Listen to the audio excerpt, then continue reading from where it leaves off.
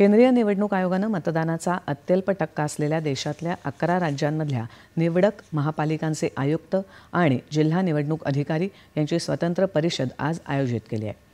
नवी दिल्ली इथे होत असलेल्या या परिषदेत आगामी लोकसभा निवडणुकांमध्ये मतदारांचा मतदानासाठी प्रतिसाद वाढवण्याच्या दृष्टीनं विविध उपाययोजनांवर चर्चा होईल। या राज्यांच्या काही ग्रामीण आणि काही शहरी भागांमध्ये मतदानाची टक्केवारी वाढवण्यासाठी विशिष्ट कृती आराखडा जाणीवपूर्वक तयार करण्यात येणार आहे।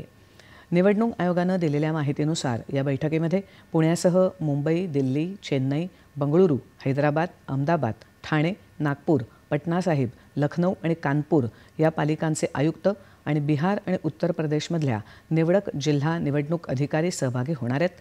मुख्य निवडणूक आयुक्त राजीव कुमार यांच्या अध्यक्षतेखाली होणाऱ्या या परिषदेत ज्ञानेश कुमार आणि सुखबीर सिंग संधू हे आयुक्तही सहभागी होतील।